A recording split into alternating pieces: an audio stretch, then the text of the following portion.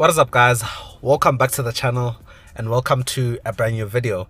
Today you join me inside the newly updated Audi A3 and we're going to be doing a review on it. Now, big thanks to the guys over at Audi Centon. I'm actually here at the dealership and they've provided me with this car to do a review on. I'll leave their details down in the description below. Do check them out if you're interested in any Audi model. Now let's break down the new Audi A3 facelift. I really do hope you guys enjoy this one. Let's get right into it. As I woke up one morning, just thinking about this night.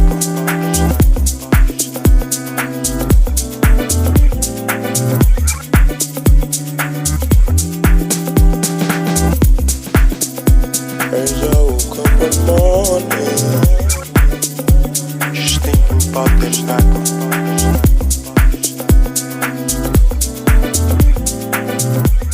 So in terms of pricing and offerings, there's two trim levels. There's the S-Line 35 TFSI Tiptronic, and then there's the S-Line 35 TFSI Black Edition, which is this car we're sitting in.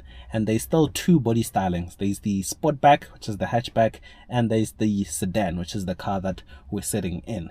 Now, the S-Line Sportback 35 TFSI starts from 808,000 rands, and then the Black Edition starts from 834,500 rands. In terms of the sedan, the S-Line 35 TFSI starts from 823,200 rands, and then the Black Edition starts from 849,500 rands. In terms of insurance, this car is actually already available on Hippo. I've logged my details and the details of this exact car, so the sedan Black Edition, and I've gotten back 10 different codes, the lowest one being 2,917 rands from budget insurance. Do check out Hippo, where you can get to compare up to 12 different insurance codes. I'll leave a link down in the description below and also pin it in the comment section. That is Hippo on hippo.co.za.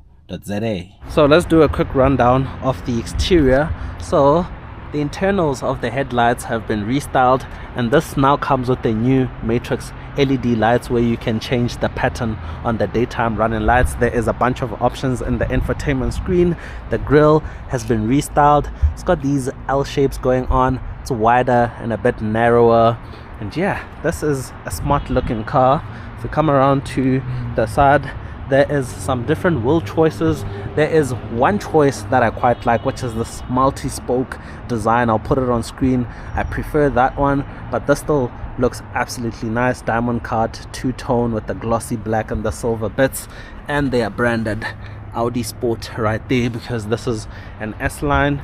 There is an S-Line badge right here, and for some reason you can get carbon fiber on this car. You can get the mirror housings in carbon fiber, which is quite interesting, and this boot lip spoiler on an RS3 and maybe the S3 makes sense, but on a regular 35 TFSI model I'm not so sure. I quite like how they've done away with fake exhaust tailpipes.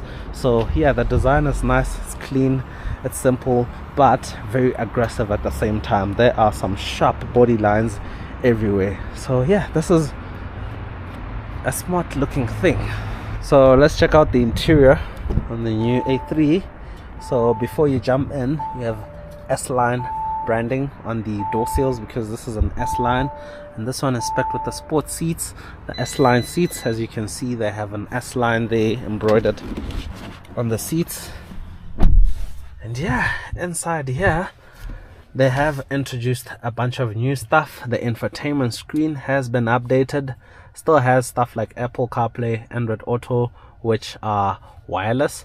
One gripe I have with it is the background colors are a bit too dark-ish, so in bright sunlight like today can be a bit tricky, but it's been improved a bit, so it's really nice. And this car, I have to say, is quite well equipped. As you can see here, Audi Drive Select mode. If you go in there, you have all your different driver modes, and you can still go to the individual tab where you customize the car whichever way you like. And as you can see, this infotainment screen is quite well very responsive is what I'm trying to say. So there's two options. There's a smaller screen than this one, so this is the bigger one with the navigation, and also when you have the Navigation Pro and stuff, you get the bigger infotainment screen. You also get the bezel-less instrument cluster, and let me just put the car on a bit. So yeah, this is the Audi instrument cluster. You can change two different views, and you can have, how do I scroll through? Let's see. You can go to navigation right there and have it display a full map. This is absolutely amazing because it's in your direct line of sight, so it's so easy to see and use while you're driving. So that's quite cool.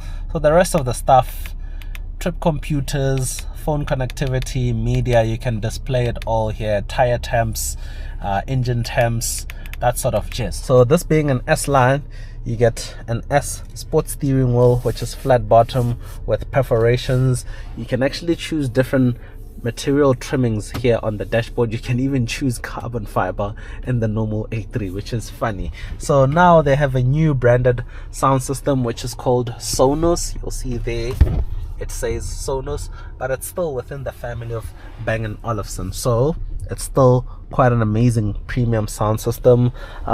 In terms of practicality, you have door pockets right here, which are really big, so you can fit a big bottle. So this one is equipped with the power operated tailgate, so you get that button right there for opening the rear hatch. You have two cup holders here, a little storage binnacle here where you can put like the key. There is induction charger right here, wireless charging, two USB-C ports as you can see, and you can also use this as a storage, so you can put your phone. There is a center console with a central armrest, and that is the storage in there, so quite nice. Glove box as well, nicely dampened, lined with felt, which is very nice and premium, so keys and stuff won't rattle in there. This interior actually does feel nice and premium, like the material lining up here, it's got this nice leather feeling material. Also the top of the door cards, there is this new ambient lighting here that comes across this pattern over here. So yeah, the quality, the way everything is put together is really nice. The other thing I quite like is, unlike most manufacturers nowadays, they didn't put the climate controls into the infotainment screen. It's all seated here and it's all physical buttons, very easy and safe to use while you're driving. You have a few shortcut key buttons here, like the drive mode selector, traction control, assist systems. This car is quite well equipped. Look at all these assist systems: adaptive cruise control, distance warning, Audi pre-sense, so that is pre-collision sensor, side assist, lane departure warning. It's got it all, basically fully specced. One of the main reasons why you'd get the sedan over the Sportback is the extra room that you get in the back here. So as you can see, I have plenty of knee room, plenty of leg room for me to stretch. I don't feel like the driver's seat is squeezing me in any way. And the other thing is, headroom is quite good, so even people who are like 6 foot tall, you should be fine in this car. So in terms of equipment, at the back here you have two USB-C ports, you have climate control vents, so you don't have to rely on the front vents only. So there is a central armrest where you find two cup holders, and yeah, the leather back here still very nice and premium. So the other reason why you get the sedan over the Sportback is the boot space. So this is 425 liters as opposed to the Sportback's 380 liters, but the spacing, or the opening rather, is not quite as usable as the hatchback, so as to say. So yeah, be mindful of that. There is an underfloor where you find a spare wheel, a bunch of tie down points, and yeah, that is the boot on the A3 sedan. So I was driving the new updated Audi A3, and first thing that strikes me is the whole feel of the cabin. There's a very sporty edge to it, especially when it's specced with these sport seats. You get the Audi sports steering wheel, which is perforated, and also the steering wheel feel has a decent amount of weight to it, so which translates a lot of feedback from the car. Like, you're always aware of what the wheels are doing, and it's got this sporty edge basically. But the car itself, in terms of size, it's nice and compact, so you always have a great sense of what every edge and surrounding of the car is doing, so it will be very easy to park, to maneuver in tight spaces, that sort of jizz. So the engine, this is powered by the 1.4 liter turbo 4-cylinder, 110 kilowatts and 250 newton meters of torque. They've now done away with the dual clutch transmission like in the 8.5 VW Golf.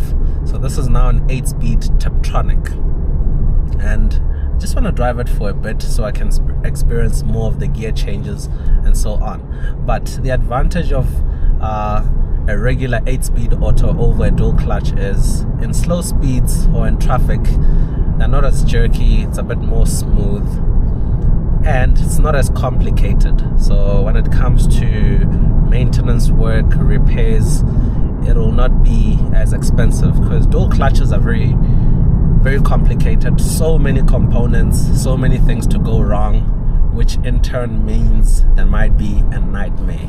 So yeah, that's the advantage of switching to this 8-speed auto. But in terms of ride comfort and all, I mean, it rides absolutely amazing. Very smooth of a bumps, so as to say, and even the sound insulation inside the cabin is quite good. Okay, you can tell that the gear changes are not lightning quick like with the dual clutch, but still quick enough. You don't necessarily buy this car for lap times, for very fast gear changes. Although when you want it to be sporty, it can be sporty. It has a sports mode for the gearbox, so it can tighten up things and make the ride or the drive more exciting if you needed it to be. But most of the time you're just gonna leave the car in its normal mode. Even when you mash the throttle in normal mode, still decently responsive. And man, the feel of this car is absolutely amazing. Wow, I'm impressed with that. Like, it feels somewhat very darty, like the steering wheel speed. Like the way it changes position is relatively quick, hey? Like the sporty edge to this car is mind-blowing in a way. Now, I haven't been in the new Golf 8.5, so I'm interested to see how that compares in future when you get to experience that car. But I think this car does set the benchmark quite high. Now, the tricky thing about the A3 in general is the pricing is quite awkward, and that goes out for pretty much all of these new premium hatches from Germany, BMW 1 Series, Mercedes A-Class, even the Golf itself. Now, pound for pound, I think the top spec Golf comes in at almost about 200k less than the A3, so which becomes very tricky because the powertrains are the same, gearbox is the same, so they're very similar, so as to say. I think the Audi just offers a bit more when it comes to spec, like the personalization. You can go for like Alcantara seats, there's different seat choices, and yeah, those little bits, like it just fills in the gaps a bit more. But underneath the skin, like in terms of powertrain feel, I would imagine they're quite similar. So yeah, it makes the pricing very awkward. Why? Because the way the A3 is priced, you can get into a Golf GTI, which now becomes very tricky. If you wanted to stretch, you can even get into a Golf R, maybe a demo model or something like that. So it becomes very tricky. But when you compare it to the 1 Series and the A-Class, that's where it starts to make sense. So that's something I wanted to put out there. But other than that, this is a phenomenal car. Like the quality of it, the materials inside, the overall packaging is just, yeah, it's really nice.